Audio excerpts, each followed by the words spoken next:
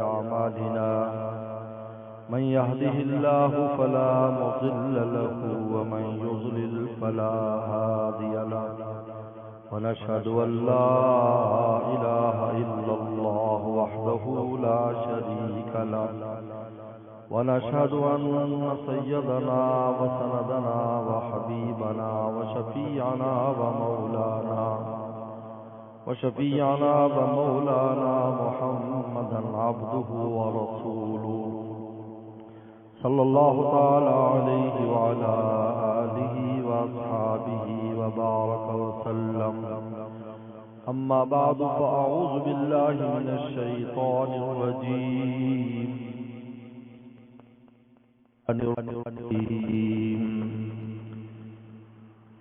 شهر رمضان الذي أنزل فيه القرآن هدى للناس وبينات من الهدى والفرقان. وقال تعالى: وأنا لا ندري أشر أريد بمن في الأرض أم أراد بهم ربهم رشدا. قال النبي صلى الله عليه وسلم: من قام رمضان إيمانا واحتسابا غفر له ما تقدم من ذنبه وكما قال عليه الصلاة والسلام. صدق الله وصدق رسوله النبي الكريم. الحمدللہ آج ہماری مسجد عمر جامع العلوم عیدگاہ میں تراویح میں قرآن مجید مکمل ہوا ہے. ہمارے بھتیجے حافظ محمد یوسف نے ہمارے بھائی مفتی خلیق صاحب کے صاحبزادے انہوں نے قرآن سنایا.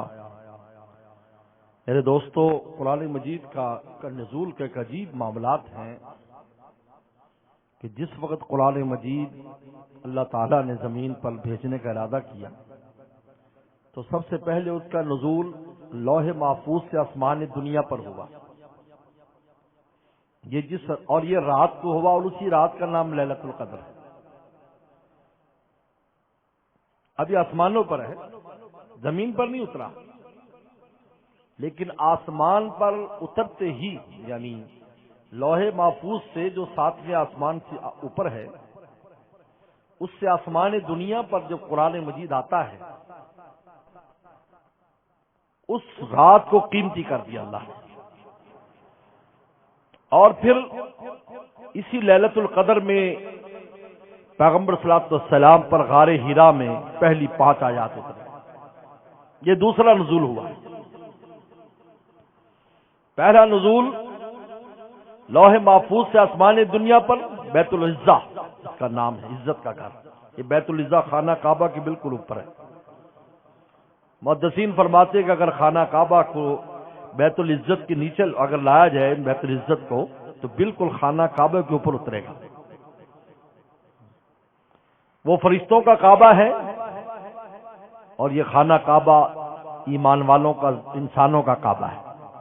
فرشتے اس کے چکر لگاتے ہیں اور ایمان والے اس کے چکر لگاتے ہیں.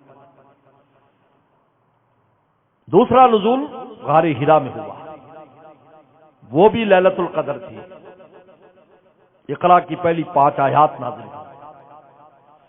اللہ تعالیٰ فرماتے ہیں کہ وہ رات جس لمحے میں یہ قرآن مجید نازل ہوا، انا انزلناہ فی لیلۃ القدر وما ادراک ما لیلۃ القدر لیلۃ القدر خیر من الف شہر.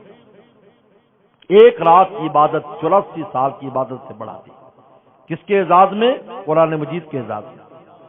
یہ قرآن کا اعزاز ہے. اور پھر وہ پورا مہینہ جس مہینے میں قرآن نازل ہوا ہے وہ شہر رمضان ہے. اس لیے شہر رمضان کی تعریف قرآن نے کیا، الذی انزل فیہ القرآن. کہ رمضان کیوں اعلیٰ ہے؟ اس لیے کہ اس میں قرآن اترا ہے. یہ اللہ تعالیٰ دن میں جو روزہ رکھواتے ہیں آپ کو فرشتہ بناتے ہیں. جن کو روزہ رکھ کر آپ فرشتے بن جاتے ہیں، کیونکہ نہ فرشتے کھاتے ہیں نہ پیتے ہیں، نہ ان میں جنسی خواہشات ہوتی ہیں، گناہوں سے دور ہوتے ہیں. دن کو مومن فرشتہ بن جاتا ہے اور رات کو قرآن کے انوارات لیتا ہے. یہ ہے اصل مقصود قرآن ہے. یہی وجہ ہے کہ رمضان کے اندر یہ سنت رکھ دی، من قام رمضان، جو رمضان میں قیام کرے گا۔ اس قیام سے مراد تراویح کی نماز ہے۔ محدثین کی بہت بڑی جماعت نے لکھا کہ تراویح کی نماز ہے، من قام رمضان، مطلقاً تہجد کی نماز نہیں ہے۔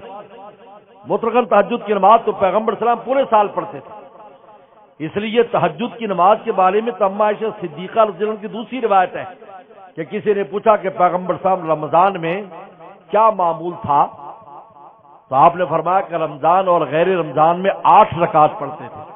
تو یہ رمضان اور غیر رمضان میں جو چیز پڑھی جاتی ہے وہ تراویح کی نماز نہیں ہوتی، وہ تہجد کی نماز ہوتی ہے، ورنہ غیر رمضان میں تو تراویح نہیں ہے۔ تو اس کے لیے الگ فرمایا من قام رمضان، بخاری شریف کے شروع کے اندر یہ روایت ہے کتاب الایمان میں کہ من قام رمضان، جو رمضان میں قیام کرتا ہے یعنی تراویح کی نماز پڑھتا ہے، یہ 20 رکعت پڑھتا ہے، اس میں قرآن پڑھتا اور سنتا ہے۔ پیغمبر سلام نے بھی قرآن مجید پڑھا، لیکن آپ نے پورا مہینہ نہیں پڑھا کیونکہ امت پر واجب ہو جاتی۔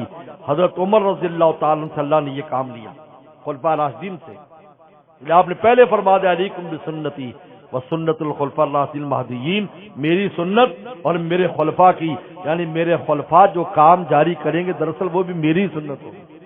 پہلے سے آپ نے آرڈر رسول اللہ نے جاری کر دیا تاکہ کوئی یہ نہ کہے یہ حضرت عمر نے کیا ہے۔ انہوں نے کہا جب میں نے کہہ دیا کہ یہ بھی میری ہی سنت ہے تو بس بات ختم ہو گئی، اپنی طرف نسبت فرما لی، علیکم تم پر لازم ہے میری سنت بھی میرے خلفاء کی بھی۔ یہی وجہ ہے کہ پیغمبر صلی اللہ علیہ وسلم نے جو خواب دیکھا تھا، انہوں نے فرمایا میں نے خواب دیکھا ہے کہ میں دودھ کا پیالہ لایا گیا، دودھ کا پیالہ لایا گیا اور میں نے دودھ پیا اور اس میں جو دودھ بچ گیا میں نے عمر کو دے دیا۔ صحابہ اکرام نے کہا کہ حضرت اس کی کیا تعویل ہے؟ فرمایا علم مراد ہے، علم مراد ہے۔ ہمارے استاد مفتی ولی حسن ٹونکی رحمۃ اللہ علیہ، مفتی اعظم پاکستان فرمایا کرتے تھے کہ علم کا خاص ضمیمہ مشکات نبوت سے پیغمبر اسلام کے سینہ مبارک سے علم کا ایک خاص حصہ حضرت عمر رضی اللہ عنہ کو دیا گیا کہ جب ان کی خلافت آئی تو وہ علمی چیزیں ان کے ذریعے امت کے سامنے آ گئی۔ ان میں ایک تراویح کی نماز بھی ہے، یہ آپ کا عجیب و غریب فیصلہ ہے حضرت عمر رضی اللہ تعالیٰ عنہ کا۔ ہماری مسجد آباد کرا دی، آپ نے حضرت ابی ابن کعب سے کہا جو قاری قرآن تھے، جن کے بارے میں آپ نے فرمایا اکرم ابی، سب سے بڑا قاری میری امت میں ابی ابن کعب ہے۔ اور آج بھی ابی ابن کعب رضی اللہ عنہ کا جو لہجہ ہے قرآن پڑھنے کا مدینہ شریف میں آج بھی سینہ بسینہ موجود ہے۔ آج بھی وہاں بہت سے پرانے حضرات اور پرانے قراء اس لہجے میں پڑھتے ہیں کہ وہ لہجہ بھی آپ سے آیا ہے، کیونکہ رسول اللہ کو ابی ابن کعب کا لہجہ اتنا پسند تھا کہ آپ نے فرمایا مجھے اللہ نے حکم دیا ہے کہ ابی سے قرآن سنو۔ آپ ابی ابن کعب رضی اللہ عنہ قرآن سنتے تھے اور رویا کرتے تھے، اور انہوں نے ایک دفعہ رو کے کہا کہ اللہ سمانی، کہ اللہ نے میرا نام لیا ہے، کہا نام لے کر کہا ہے کہ ابی سے قرآن سنو۔ میں فرما کر ہوں ابی، حضرت عمر رضی اللہ عنہ نے کہا اے ابی تو سب سے بڑا قاری ہے، رسول اللہ نے تجھے فرمایا اقرأ ابی چل۔ پیغمبر سلام نے جو 3 راتیں تراویح کی نماز جماعت سے پڑھائی تھی، چل تو مستقل مسجد نبوی کے اندر پڑھا، قیامت تک کے لیے حضرت عمر کی سنت پورے عالم میں جاری ہوگی۔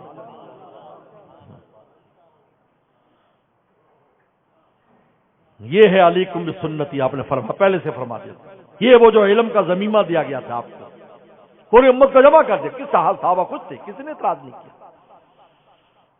اجماع ہو گیا صحابہ اکرام کا اس پر۔ تو میرے دوستوں، تو دن میں ہمیں فرشتہ بنایا جاتا ہے اور رات کو قرآن سنوایا جاتا ہے اور پڑھایا جاتا ہے تاکہ قرآن مجید کے انوارات کو ہم جذب کر سکیں، کیونکہ قرآن کا جو نور ہے یہ اتنا ہلکا پھلکی چیز نہیں ہے، قرآن تو خود بہت وزنی ہے۔ آج بھی بیچارے قاری صاحبان پڑھتے ہیں تو ان کا کیا حال ہوتا ہے، بڑے بڑے قاری بھی مصلی پر کھڑے ہو جائیں تو ایسی کبھی ہیبت طاری ہو جاتی ہے، قل واللہ بھی بھول جاتے ہیں، ایسا ہوتا ہے۔ قرآن مجید کی ایک ہیبت ہے۔ آخر جس کے لانے میں ایک بات عجیب اللہ تعالی نے میرے دل میں ڈالی کہ جتنے بھی کتابیں آئیں ایک دفعہ میں آ گئی، ایک پروٹوکول میں۔ تورات بھیجنی تھی فرشتوں کے ذریعے، جو ہے وہ تورات اللہ تعالیٰ نے جب 40 دن لگا لیے موسیٰ علیہ السلام نے کوہ طور پر، چلہ کاٹ لیا آپ نے، یہ چلے کا ثبوت ہے۔ 40 دن جب آپ کے پورے ہو گئے تو فرشتے جبریل صلی اللہ علیہ وسلم پوری تورات کی تختیاں لا کر دے دی کہ یہ لے جی پورا تورات ہے۔ حضرت داؤد صلی اللہ علیہ وسلم پر اللہ نے زبور بھیجی، پورے فرشتہ ایک ہی دفعہ آیا، جبریل السلام آئے اور آپ کو ایک پروٹوکول میں دے دی۔ یہ قرآن کا اعزاز ہے کہ 23 سال میں 24,000 مرتبہ اس کو پروٹوکول دیا گیا۔ 24,000 حضرت نے لکھا ہے، شبیر عثمانی رحم اللہ نے 23 سال میں 24,000 مرتبہ قرآن کی وحی پیغمبر سلام پر آئی، اور ایک آیت بھی اگر اترتی تو ایک آیت آسمان سے جبریل السلام لے کر آتے تو 70,000 فرشتوں کی جماعت پروٹوکول کے طور پر ساتھ آتی، ورنہ وہ اکیلے بھی کافی تھے۔ جو قوت المتین قرآن نے کہا بڑے طاقتور ہے جبریل السلام، ان سے کوئی قرآن چھین نہیں سکتا کہ وہ لے کر آئے اور کوئی شیطان قریب آ جائے۔ وہ تو سعودی شیطان تو ویسے ہی شیاطین بھاگ جاتے تھے جب فرشتے آیا کرتے تھے، لیکن 70,000 فرشتہ آتا تھا ساتھ قرآن کے اعزاز میں کہ اللہ کا کلام جا رہا ہے۔ کتنا بڑا پروٹوکول ہے۔ یہی وجہ ہے کہ اللہ تعالیٰ نے جس مہینے میں قرآن اترا ہے اس مہینے میں بھی اس سنت کو پھیلا دیا ہے، یعنی کہ ایک رات میں مولانا قاری صاحب کھڑے ہو جائے، کر لیتے ہیں، کئی جگہ پر ایسا ہوتا تھا، قاری کمپیوٹر ہوتے تھے کراچی میں، ایک رات میں پورا قرآن سنایا کرتے تھے، ٹھیک ہے، لیکن اصل سنت یہ ہے کہ اس کو پھیلا کر پڑھا جائے، کیونکہ قرآن مجید 23 سال کے اندر تھوڑا تھوڑا ایک پروٹوکول کے ساتھ نازل ہوا ہے۔ آج بھی جب قرآن پڑھا جاتا ہے، آپ نے تراویح میں قرآن پڑھا ہے، روزانہ فرشتوں کی جماعتیں آتی تھی آپ کا قرآن سننے کے لیے، آپ کے ساتھ ہوتی تھی۔ اعزاز ہے قرآن مجید کا، پورا نظام تبدیل کر دیا اللہ تعالیٰ نے۔ عجیب بات ہے، جو ہی قرآن نازل ہوا، قرآن کا نزول شروع ہوا ہے، آسمانوں کا نظام بدل گیا۔ یہ جنات شیاطین جو آسمانوں پر جاتے تھے انہیں شہاب ثاقب مارے جانے لگے، کیونکہ قرآن مجید نیچے آ گیا نا۔ اب کسی کے مجال نہیں کہ وجہ، پہلے چلے جاتے تھے، کہتے 7ویں آسمان تک بھی جنات چلے جاتے تھے، اور وہاں سے فرشتوں کی خبریں چرا کر نیچے کاہنوں کو لا کر دے دیتے تھے۔ فرشتے مذاکرہ کرتے تھے بھی تجھے کیا آرڈر ملا ہے، کہ جی فلاں فتو جو ہے اس کو یہ کرنا ہے، دتو کو یہ کرنا ہے، تو وہ سن لیتے تھے اور کاہن کو بتا دیتے، اور کاہن فتو یا دتو کو کہتا میاں تیرے ساتھ یہ ہونے والا ہے، اور وہ بات سچ نکلتی تو وہ معتقد ہو جاتا۔ حدیث شریف میں پوری تفصیل ہے۔ لیکن جب قرآن مجید آسمان دنیا پر لایا گیا، بس داخلہ بند، جو جاتا ہے شہاب ثاقب مارا جاتا ہے۔ تو جنات پریشان ہو گئے، وَلَّا لَا نَدْرِي أَشَرٌّ أُرِيدَ بِمَنْ فِي الْأَرْضِ، ہمیں نہیں معلوم زمین والوں کے ساتھ اللہ تعالیٰ کو ہلاکت کا معاملہ کرنا چاہتے ہیں یا آسمانوں کی خبریں بند ہو گئی، کوئی جا نہیں سکتا، ام اراد بہم ربہم رشدا، یا کوئی خیر ظاہر ہونے والی ہے، یا مشورے ہو رہے ہیں پورے عالم میں، پھیل کی بات، جنات میں شیاطین میں مشورے ہو رہے ہیں، کارنر میٹنگیں ہو رہی، یہ کیا ہو رہا ہے بھائی، یہ کیا مسئلہ ہے؟ اشر نرید بمن فی الارض، کا زمین والوں سے کوئی شر کا ارادہ اللہ تعالیٰ کا؟ کیونکہ جب بھی کوئی عذاب آیا کرتا تھا اس سے پہلے معاملات تبدیل کر دیے جاتے تھے۔ یہ لکھا ہے مفسرین نے اور محدثین نے کہ جب بھی کسی قوم پر عذاب آیا اللہ نے ان کے بچے بند کر دیے، یعنی کسی بھی نابالغ بچے پر عذاب الہی نہیں آیا، بچے پر عذاب الہی نہیں آیا، سب بالغ ہو چکے ہوتے تھے تب عذاب آیا کرتا تھا۔ تو وہ جب تبدیلی آ جاتی تھی تو اس سے سمجھدار لوگ ڈر جاتے تھے، یار کوئی معاملہ ہے کہ بچے پیدا نہیں ہو رہے، کیونکہ اللہ تعالیٰ بچوں پر عذاب نہیں لائیں گے، کیونکہ بچہ یا کافر کا بھی کیوں نہ ہو معصوم ہے، اس لیے کفار کے بچے، ایک روایت میں آتا ہے کہ جو کافروں کے بچے بچپن میں مر جاتے ہیں تو وہ جنت میں ایمان والوں کے خادم ہوں گے، وہ ان کی خدمت میں لگے ہوں گے، بچے ہوں گے خدمت کریں گے۔ اب یہ پریشان، پوری کائنات پریشان ہے، کیا ہو رہا ہے؟ تو پھر ایک بڑی میٹنگ اور ایک بڑا فیصلہ ہوا کہ زمین میں تحقیق کی جائے، اب جماعتیں بن کر جنات کی شیاطین کی پھیل گئی. ایک جماعت عرب میں بھی آئی. عرب کے لیے سوق عکاظ، پیغمبر سلام سوق عکاظ جو ہے نا وہ منڈی لگا کرتی تھی. منڈی جس طرح ہمارے ہاں منگل بازار اور رمضان بازار ہے، اس طرح عکاظ آج بھی جگہ موجود ہے. کئی دفعہ وہاں سے گزرے ہیں تو اس کا بورڈ نظر آتا ہے کہ یہاں سوق عکاظ لگا کرتا تھا مکہ مدینہ کے درمیان. وہاں پر پیغمبر سلام دعوت اور تبلیغ کے لیے جا رہے ہیں. فجر کی نماز کا وقت ہے، آپ فجر کی نماز وہاں پڑھا رہے ہیں، اور جنات کی جماعت جب گزرنے لگی انہیں دیکھا خاص قسم کا کہ نور وہاں سے نکل رہا ہے اور فرشتوں کی جماعتیں آ رہی جا رہی. تو وہ قریب ہو گئے کہ یہاں پر کیا ہو رہا ہے. تو پیغمبر سلام کا قرآن سنا.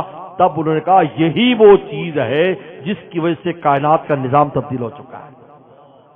قل اوحی الی ان استمع نفر من الجن فقالوا انا سمعنا قرآنا عجبا. قرآن سنا ہے، پورا نظام بدل دیا. اور دن پتہ چل گیا کہ نظام قرآن کے نزول کی وجہ سے. یہی وجہ ہے کہ اس مہینے میں جس میں قرآن نازل ہوا ہے نظام تبدیل کر دیا جاتا ہے. اس پورے مہینے میں نظام اوپر سے نیچے تک، اوپر جہنم کے دروازے بند، جنت کے دروازے کھول دیے. رحمت ہی رحمت، غضب بند. رحمت رحمت، جو مرے گا سیدھا جنت میں جائے گا. ایمان والا ایمان لے کے گیا سیدھا جنت. یہ نہیں پوچھا جائے گا کیا کر کے آیا کیا نہیں کر کے آیا، بس ایمان لے کے آئے بس جنت میں بھیج دو، کیونکہ نظام بدل گیا ہے. حاملین عرش، سب سے اوپر جو فرشتہ ہے، سب سے اونچے فرشتے، یعنی اپنے قد کاٹ کے اعتبار سے، بلندی کے اعتبار سے وہ حاملین عرش ہے، کیونکہ عرش اٹھایا انہوں نے اپنے کندھے پر، اور عرش کے نیچے سدرۃ المنتہا ہے. آپ بتاؤ جو عرش اٹھائے ہوئے تو سب سے اوپر ہو گئے. حاملین عرش، اور ان کی تصویر تبدیل ہو گئی کہ چلو اب تمہارا کام یہ ہے امت محمدیہ کے روزے داروں کے لیے استغفار کرو، اس مہینے میں استغفار کرو. جبریل علیہ السلام تیاری باندھ لیتے ہیں، مجھے زمین پر جانا ہے، لیلۃ القدر میں مجھے زمین پر اترنا ہے. سدرۃ المنتہا کے 70,000 وہ فرشتہ جو اللہ نے اسی رات کے لیے پیدا کیا، پتہ نہیں کب سے پیدا کیا، اور اسی انتظار میں تھا کہ آخری پیغمبر آئے اور لیلۃ القدر آئے اور ہم زمین میں جا کر ایمان والوں کو بشارتیں دیں. تیاری باندھ لیتے ہیں کہ بھائی چلو ڈیوٹی شروع. زمین پر نظام آ گیا. زمین میں دریاؤں کی مچھلیاں، کیڑے مکوڑے، چونٹیاں، کائنات کا ذرہ ذرہ روزے دار کے لیے استغفار میں لگ گیا. یہ سارا دیکھو، جب قرآن مجید اترا اس وقت بھی پورے عالم کا نظام بدل دیا، اور جس مہینے میں اور جس رات میں اترا ہے ابھی بھی وہی ہے. اس مہینے کے اندر پورا نظام تبدیل ہو جاتا ہے. فرمایا کہ ایمان والوں کا رزق بڑھ جاتا ہے. رزق، علامہ خالد محمود صاحب بڑی پیاری بات فرماتے تھے. فرماتے دیکھو ہم کھاتے کم ہیں، رمضان میں کم کھایا جاتا ہے، شہری میں بھی کم کھایا، افطار میں بھی، کیونکہ معمول کا وقت نہیں ہے.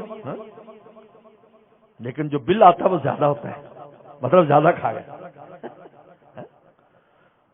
زیادہ کھا رہے.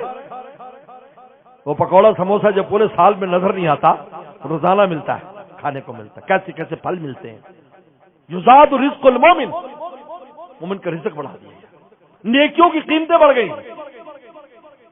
ایک نیکی پر ایک فرض کرتا ہے 70 فرضوں کے برابر ہے. آپ نے ایک فرض نماز پڑھی، 70 نمازیں پڑھ لی. آپ نے زکات دی، 70 زکاتیں دی. آپ نے روزہ رکھا، 70 روزے رکھے. ایک ایک دن کا روزہ 70 کے برابر ہے. اس کو 30 سے ضرب دے لیں، آپ کہاں سے کہاں جاتا ہے. اور آپ سنت نفل پڑھ رہے ہیں فرض کے برابر، کیونکہ سب سے زیادہ ثواب فرض کا ہے، پھر واجب کا ہے، پھر سنت کا ہے، پھر نفل کا ہے. ہم عام نفل کرتے ہیں، ہم سبحان اللہ منہ سے نکالتے ہیں، یہ سبحان اللہ فرض کا ثواب لیتا ہے. حالانکہ یہ نفل ہے لیکن اس پر فرض والا ثواب دیا جاتا ہے. نیکیوں کا نظام بدل گیا، رزق روٹی کا نظام بدل گیا، سونے جاگنے کا نظام بدل گیا. رات کو جگایا جا رہا ہے. لا تاخذ سنۃ ولا نوم، فرشتوں کی طرح، اور اللہ تعالیٰ کی ذات بھی نہیں سوتی. تم میں بھی وہی اخلاق آ جائیں، لہذا جاگو. ادھر سے بھی جاگو، شروع رات میں بھی جاگو اور آخر رات میں بھی جاگو. وہاں سحری کرنی ہے اس لیے جلدی اٹھو، تہجد پڑھو. اور یہاں پر تراویح کی نماز پڑھنی ہے، ادھر سے بھی جگایا ادھر سے بھی جگایا، جن کو بھوکا پیاسا رکھا. پورا نظام کائنات کا بدل دیا، کیونکہ جب یہ کتاب اتری تھی اسی دن سے اللہ نے کائنات کے نظام کو بدل دیا۔ آج بھی جب وہی مہینہ اور وہی وقت آتا ہے کائنات کا نظام تبدیل کر دیا جاتا ہے۔ اور پھر خاص طور پر وہ رات جس رات میں قرآن اترا، اس میں اللہ تعالی نے کیا نظام رکھا، ایک رات کی عبادت کرتا ہے۔ اس لیے شیخ سدیس جو حرمین کے امام الحرمین ہے، امام الحرمین وہ شخص ہوتا ہے جس نے مکہ شریف میں بھی امامت کری اور مدینہ شریف میں بھی، اس کے امام الحرمین کہتے ہیں، اور بہت کم ایسے لوگ ہوتے ہیں، ورنہ ایک حرم کا امام رہا ہوتا ہے۔ تو امام الحرمین وہ فرماتے بھی ہر لیلۃ القدر، جیسے آج 25 کی رات لیلۃ القدر ہے، ہر رات میں ہر قسم کی نیکی کیا کرو، کچھ صدقہ بھی کیا کرو تو 84 سال صدقہ کرنے کے برابر ہو جائے گا۔ تلاوت کرو، ذکر کرو، اچھی بات کرو، واعظ و بیان کرو، واعظ و بیان سنو۔ اب میں بات کر رہا ہوں اور آپ سن رہے ہیں، اگر آج لیلۃ القدر ہوئی تو 84 سال میں نے بات کی، آپ نے 84 سال بعد سنا۔ سبحان اللہ، اور کہاں سے کہاں بات چلی گئی۔ نماز پڑھو، نفل پڑھو، یعنی ہر طرح کی نیکی، کہتے ہر طرح کی نیکی کرو، اس لیے کوئی مخصوص نیکی نہیں ہے۔ اس لیے من احیا کا لفظ بھی آتا ہے حدیث شریف میں، اور من قامہ کا لفظ بھی آتا ہے، احیا کا لفظ بھی آتا ہے کہ جس نے جاگ کر رات لیلۃ القدر گزاری، اور دوسری بات ہے من قامہ، جس نے نفل پڑھتے ہوئے گزاری۔ دونوں قسم کی روایتیں ہیں، اور حکیم الامت تھانوی رحمہ اللہ نے تو بڑی خوبصورت بات لکھی، انہوں نے کہا مختلف قسم کی باتیں کرو گے تو تمہیں نیند بھی نہیں آئے گی، کیونکہ انسان جب ایک ہی طرح کی کوئی چیز کرتا ہے تو اس کو نیند آتی ہے۔ پھر آگے بڑی خوبصورت بات کی کہ بھائی اگر بہت ہی نیند آ رہی ہے اور آپ نیند سے بالکل مغلوب ہیں تو رسول اللہ نے یہ بھی فرمایا صحابی سے فلیرقد، کہا کہ پھر تھوڑی دیر تو سو ہی جا، کہا کہ یہ سو جانا بھی عبادت ہوگا کیونکہ تم رسول اللہ کے حکم کی وجہ سے سو۔ اور بڑی پیاری بات فرمایا، بندگی مقصود ہے، مرضی مقصود نہیں ہے۔ بہت نیند آ رہی، صحابی کو نیند آ رہی تھی، وہ دعا کرتا تو کچھ اور منہ سے نکلتا، فرمایا فرجت کر، چل سو جا، جب طبیعت اچھی ہو جائے دوبارہ اٹھ کے بات شروع کر دینا۔ تو سونا بھی رسول اللہ کے حکم سے، جاگنا بھی رسول اللہ کے حکم سے۔ بندگی اسی کا نام ہے، مان کے چلنے کا نام بندگی، اپنی مرضی کا نام بندگی نہیں ہے کہ نہیں میں نے تو اتنا کرنا ہی ہے، نہیں بھائی۔ تو میرے دوستو، جس رات میں قرآن نازل ہوتا ہے اس رات میں پوری کائنات کا نظام بدلتا ہے، عجیب بات ہے۔ تو یہ راستے کی قیمت ہے۔ ہمارے والد صاحب بڑی خوبصورت بات فرماتے ہیں، فرمایا کہ جس راستے سے قرآن آیا ہے، یعنی جس زمانے میں، اس کی یہ قیمت ہے۔ تو فرمایا کہ جس سینے میں آ کر بیٹھ جاتا ہے، محفوظ ہو جاتا ہے، تو اس کی کیا قیمت ہوگی؟ حافظ قرآن کی کیا قیمت ہے؟ ہم تو دے ہی نہیں سکتے، بتا ہی نہیں سکتے۔ اس لیے حافظ قرآن کا جو ایک پروٹوکول ہے جو حکیم الامت خان نے فرمایا، اس سے اونچا کوئی بھی نہیں۔ فرمایا کہ قیامت کے دن بڑے بڑے ولی، محدثین، بڑے بڑے علماء کچھ بھی بات کریں گے نیکی کی، ان کو کوئی ثواب نہیں ملے گا، ان کا عمل کوئی نیکی نہیں لائے گا۔ لیکن حافظ قرآن کو وہاں بھی کہا جائے بھی آج بھی تیرے ہی عمل چلے گا، پڑھتا جا، چلتا جا، نہ تو پڑھے گا تو چڑھے گا، جتنا پڑھے گا اتنا اونچا چڑھے گا، آرام سے پڑھے گا تو اوپر جائے گا، تیز تیز پڑھے گا تھوڑا نیچا رہے گا۔ لیکن یہ اونچ نیچ خاص قسم کی جنتوں کی ہے، یہ عام جنتوں کی نہیں، عام سے تو ویسی ساری جنتیں اونچی ہوں گی ان کی۔ جیسے ہیروں کے اندر تقابل ہو، شاہ عبد القادر جیلانی رحمۃ اللہ فرمایا جی آپ کا فلانا مرید کچھ ڈھیلا ہے، فرمایا کہ ہر کام ہر چیز میں جید بھی ہوتے ہیں، ردی بھی ہوتے ہیں، اعلیٰ بھی ہوتے ہیں، ادنا بھی ہوتے ہیں، ہر چیز دنیا میں ادنا بھی ہوگی، اعلیٰ بھی ہوگی۔ تو فرمایا میرے مریدوں میں ادنا بھی ہیں، اعلیٰ بھی ہیں، لیکن یہ ہیروں میں ادنا اعلیٰ ہے، یہ پتھر نہیں ہے، یہ ہیرے، ہیروں میں جو ادنا ہیرا ہوگا وہ بھی سونے سے مہنگا بھائی، بازار میں جا کے دیکھ پوچھ لو۔ اور ڈائمنڈ کی، وہ ڈائمنڈ کی ملتی ہی نہیں ہے، اصلی ملے گا نہیں، نقلی ملے گا۔ تو فرمایا یہ ہیروں کے اندر تقابل ہے۔ تو میرے دوستوں وہ جنتیں جو ایمان والوں کو اور حافظوں کو اور قاریوں کو اور علماء کو ملیں گی، وہ تو جنتیں ویسی بہت اونچی، لیکن اس کا عمل وہاں بھی کام دکھا رہا ہے، کیونکہ جب راستے کی یہ قیمت ہے تو منزل کی کیا قیمت ہوگی میرے دوست۔ اس لیے بس میرے دوستوں، اللہ تعالیٰ کا فضل عظیم ہے کہ اس مبارک مہینے میں ہمیں اس قرآن کی عجیب و غریب عبادت دے دی، کہ تراویح کی نماز ہمیں عطا فرما دی، اور حضرت عمر رضی اللہ تعالیٰ نے امت کے لیے اس کو عام کر دیا، عام کر دیا۔ یہی حضرت عمر رضی اللہ تعالیٰ عنہ کا ایک خاص جو اعزاز تھا کہ وہ چیزیں جو پیغمبر سلام کی چیزیں ان کو عام فرما دیا، اپنا عام۔ اس سے دوسری روایت کے اندر بھی آتا ہے کہ رسول اللہ نے خواب دیکھا، فرمایا میرے سامنے میرے صحابہ پیش ہوئے، انہوں نے قمیضیں پہنی ہوئی تھی، لیکن عمر پیش ہوئی تو اتنی لمبی قمیض تھی کہ زمین پر گھسٹ رہی تھی۔ تو آپ نے لوگوں نے پوچھا حضرت یہ کیا چیز تھی؟ کہا کہ یہ دین ہے جس کو ہمارے مفتی صاحب فرماتے تھے نشر دین، کہ ان کے زمانے میں جو دین پھیلا لاکھوں مربع میل پر اسلام پھیل گیا۔ بس اللہ مجھے آپ کو عمل کی توفیق عطا فرمائے۔ وآخر دعوانا ان الحمد للہ والعالمین۔ اللهم لك الحمد كما انت صلی علی محمد كما انت اهل وفل بنا كما انت اهل انك انت اهل التقوى والمغفرة۔ ربنا ظلمنا انفسنا وان لم تغفر لنا وترحمنا لنكونن من الخاسرين۔ اللهم انا نسألك الهدى والتقى والعفاف والغنى۔ اللهم اصلح عاقبتنا في الامور كلها واجرنا من خزي الدنيا وعذاب الاخرة۔ یا اللہ اس قرآن مجید یا اللہ مکمل کرنے کو قبول فرما، پڑھنے والے کا پڑھنا قبول فرما، سننے والوں کو سننا قبول فرما۔ یا اللہ اس قرآن مجید کو قیامت میں ہمارا شفیع فرما، ہمارا سفارشی فرما۔ یا اللہ روزے کو ہمارا سفارشی فرما۔ یا اللہ جو ٹوٹی پھوٹی باتیں اس مبارک مہینے ہم سے ہوئی تو قبول فرما، ہماری کمی کوتاہیوں کو معاف فرما۔ جو باقی دن رہ گئے یا اللہ ان کو بھی یا اللہ ان میں بھی یا اللہ کچھ نہ کچھ کرنے کی توفیق عطا فرما۔ خصوصاً یا اللہ یہ لیلۃ القدر جو باقی ہے، آج بھی لیلۃ القدر یا اللہ، اللہم انک عفو کریم تحب العفو فاعف عنا، اللہم انک عفو کریم تحب العفو فاعف عنا، اللہم انک عفو کریم تحب العفو فاعف عنا۔ یا اللہ ہم سب کی مغفرت فرما، ہمارے چھوٹے بڑوں کی مغفرت فرما، زندہ مردوں کی مغفرت فرما، مومنین مسلمین کی مغفرت فرما، ہمارے گناہوں کو معاف فرما، ہمارے گناہوں کو معاف فرما۔ یا اللہ زندگی میں اور بھی رمضان مبارک کی بہاریں ہمیں نصیب فرما، یا اللہ اور بھی بہاریں ہمیں نصیب فرما۔ یا اللہ میں حیات میں آپ کو راضی رکھنے کی توفیق عطا فرما، آپ کی ناراضگی سے بچنے کی توفیق عطا فرما، ہر طرح کی آفت یا اللہ نصیب فرما، ہماری دعاؤں کو شرف قبولت نصیب فرما۔ یا اللہ عالم اسلام کی حفاظت فرما، حرمین شریفین کی حفاظت فرما، پاکستان کی حفاظت فرما۔ یا اللہ اس سال جو حج پر جانا چاہتے ہیں یا اللہ ان کے لیے آسانیاں فرما۔ یا اللہ جس طرح عمرہ ماشاءاللہ ادا ہو رہا ہے یا اللہ حج کا انعقاد میں بھی ہر طرح کی آسانیاں فرما، یا اللہ ہر طرح کی آسانیاں فرما۔ یا اللہ تمام دینی مدارس کی، مساجد کی، خانقاہوں کی حفاظت فرما۔ یا اللہ اس مدرسے کی، اس کی شاخوں کی، مسجد اس کی شاخوں کی، خانقاہ اس کی شاخوں کی، ہر طرح کی حفاظت فرما، دن دگنی رات چگنی ترقی عطا فرما۔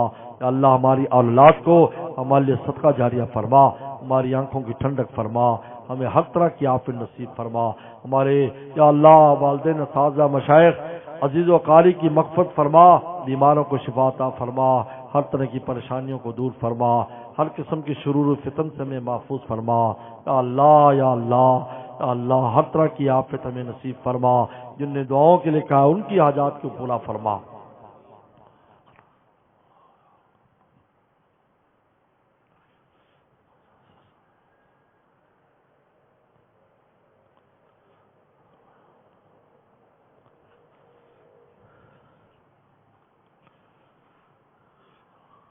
اللهم انك عفو كريم تحب العفو فاعف عنا، اللهم انك عفو كريم تحب العفو فاعف عنا، اللهم انك عفو كريم تحب العفو فاعف عنا۔ صلی اللہ تعالی علی خیر خلقہ محمد و آل صحبہ اجمعین۔ انشاءاللہ 27 رمضان المبارک کو یہ اعلان سن لیں، 27ویں شب رمضان المبارک کی جو ہے وہ جمعرات کو ہے، جمعرات کو، تو انشاءاللہ 12 بجے کے بعد پروگرام شروع ہوگا، 12 سے تقریباً 2 یا 2:30 بجے تک ہے، اور سحری کا باہر سے آنے والے ساتھیوں کے لیے سحری کا انتظام ہے، لہذا بلا تکلف جو ساتھی باہر سے آئیں تو اس کا فکر نہ کریں، انشاءاللہ ان کے لیے سحری کا انتظام ہے۔ اور بیٹھ جاؤ بھائی، بیٹھ جاؤ، آرام سے بیٹھ جاؤ، بچہ پارٹی بیٹھ جاؤ، سب کو مل جائے گا انشاءاللہ۔ اور عید الفطر انشاءاللہ 8:15 بجے ادا ہوگی، 8:15 بجے انشاءاللہ جامع علوم عیدگاہ بہاول نگر میں عید الفطر 8:15 بجے ادا ہوگی، اور فطرانہ فی کس اس سال 150 روپے ہے، فطرانہ فی کس 150 روپے ہے۔